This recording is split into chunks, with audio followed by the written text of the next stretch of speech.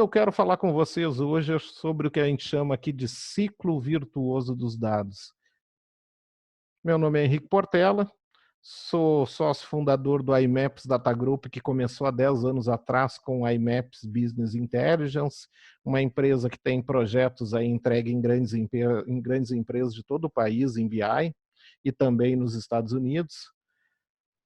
Mais recentemente, aqui no grupo, nós criamos uma segunda empresa chamada Data Lakers, que tem o objetivo de cuidar de todo o fluxo de dados, o pipeline de dados, data ops, ajudando a criar data warehouses e data lakes para serem consumidos por BI, data science, necessidades operacionais da empresa e assim por diante.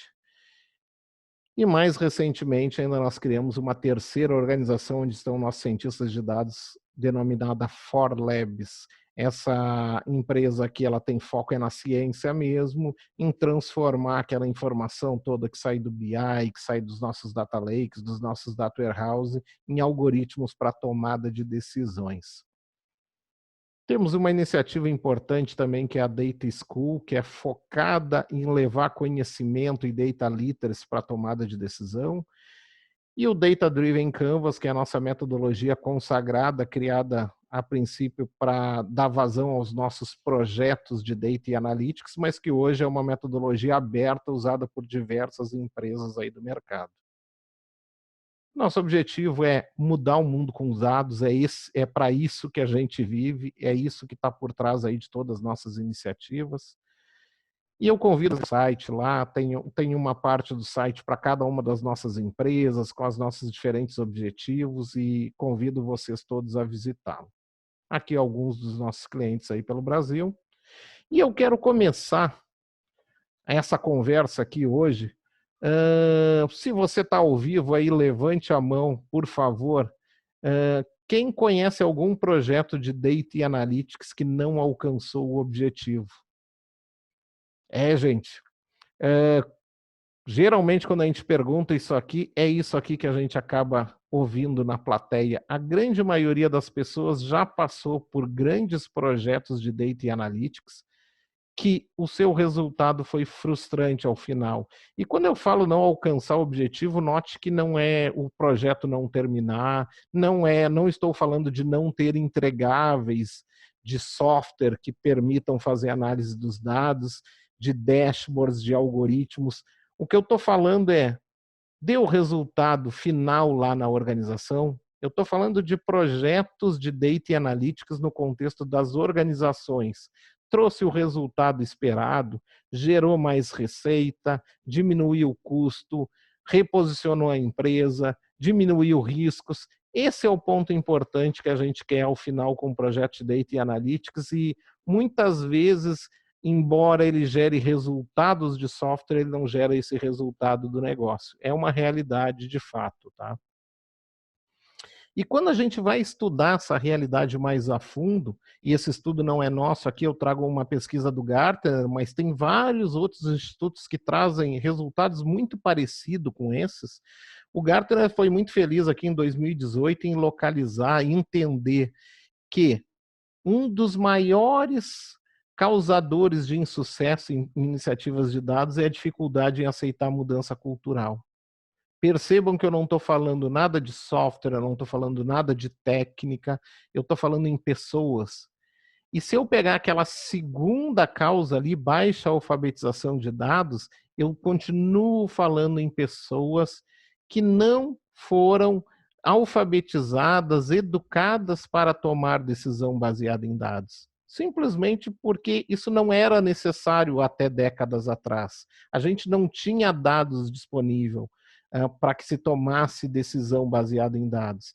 Então vocês vão perceber que os dois primeiros itens têm muito a ver com pessoas, e só no terceiro, falta de habilidade e capacidade de execução, que a gente começa a colocar tecnologias de Data Analytics, serviços de Data Analytics profissionais para desenvolvimento do que quer que seja em Data Analytics.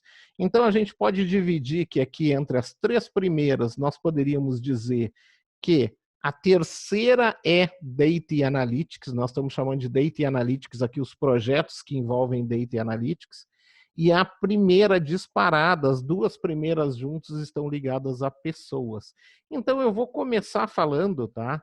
Eu quero falar um pouco de por que nós enxergamos, aonde que nós enxergamos que esse insucesso de projeto e de Data Analytics começam com pessoas.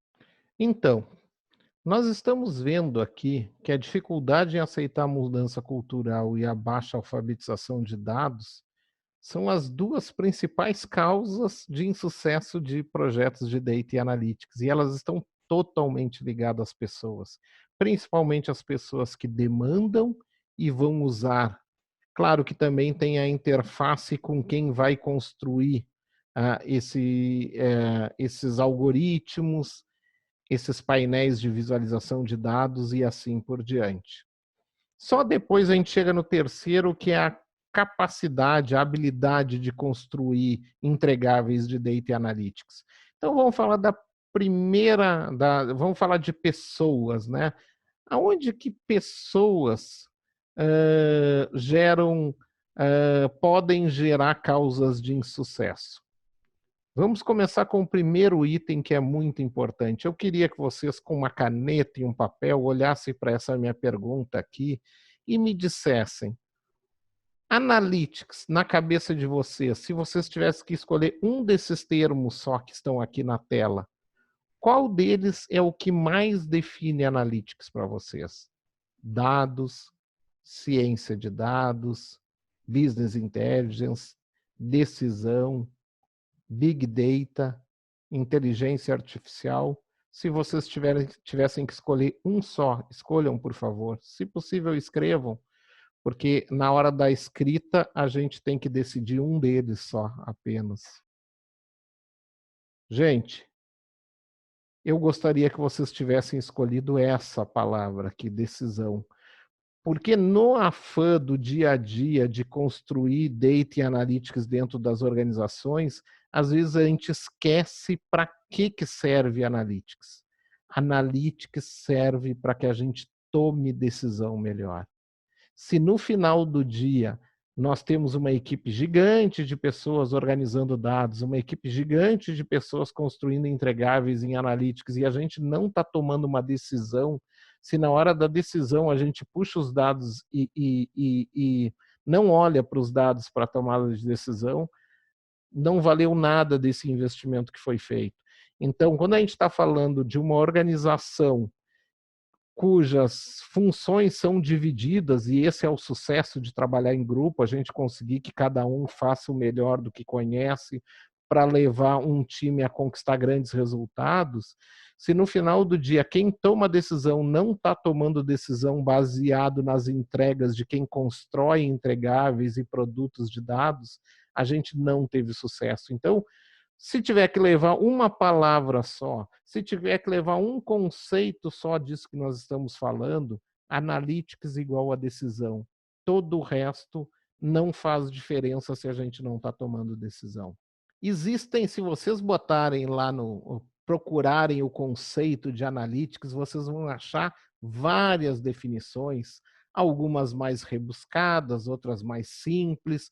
Nós gostamos de usar a definição do Data Literacy Project, porque todas as definições que vocês vão usar vão falar de uma forma ou outra que é o uso de dados para tomada de decisão.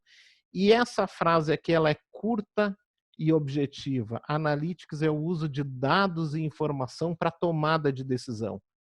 É isso que não pode sair da nossa cabeça. Eu tenho que construir analytics para tomada de decisão, e essa é a definição que está por trás disso.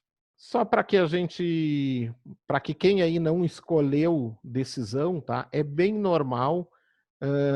Quando a palestra é interativa, nós colocamos isso como uma pergunta para o público, e normalmente há uma distribuição entre todos aqueles conceitos, tá? Então, quem não escolheu decisão, não fique chateado aí.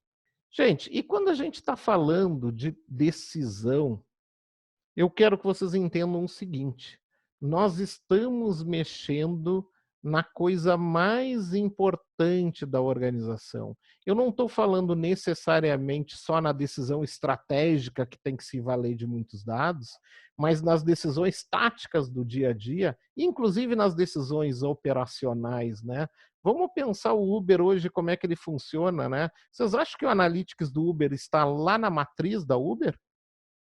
O Analytics do Uber, se vocês pensarem bem hoje, ele funciona de uma forma distribuída na sua camada mais operacional. Se eu tivesse na matriz do Uber alguém analisando indicadores, alguém analisando relatórios, alguém criando algoritmos, mas que alguém tivesse que tomar essa decisão para influenciar, ele provavelmente não teria velocidade para influenciar a operação no dia a dia. Só que quem toma decisão operacional no Uber hoje tem um painelzinho no seu celular dizendo o seguinte: ó, você está numa região da cidade que está pagando tanto pelo quilômetro rodado, e se você andar 10 quilômetros para a direita, tem uma região que está pagando 3 vezes o quilômetro rodado. Você decide se você vai para lá ou não, baseado nessa informação. Vocês percebem que a decisão está sendo tomada pelo operador? E ele que decide empenhar ou não recursos para dirigir o seu carro e gastar gasolina até aquele local. E então nós estamos falando de analytics para tomada de decisão na veia, na camada operacional, né? Mas como a gente está falando de tomada de decisão, esse é um tema bastante que tem que ser trabalhado com bastante cuidado nas organizações, porque isso envolve pessoas nas mais diversas esferas, e a gente não pode esquecer que se nós temos um projeto de Data Analytics, no final ele quer fazer uma mudança no processo decisório. E ele deveria começar por isso, pensando em como a gente toma a decisão hoje, para que a gente faça um split dessa decisão, faça um hacking dessa decisão, né? A gente tem que hackear a forma como a decisão é tomada hoje, para daí identificarmos quais os algoritmos e quais os painéis de visualização que vão nos ajudar a tomar essa decisão daqui para frente. E notem que, em última análise, eu estou mudando o processo decisório. Eu tenho que aceitar que as pessoas têm que aceitar mudar antes que o projeto comece. Isso é uma das coisas que não se conversa bem no início de um projeto de Data Analytics.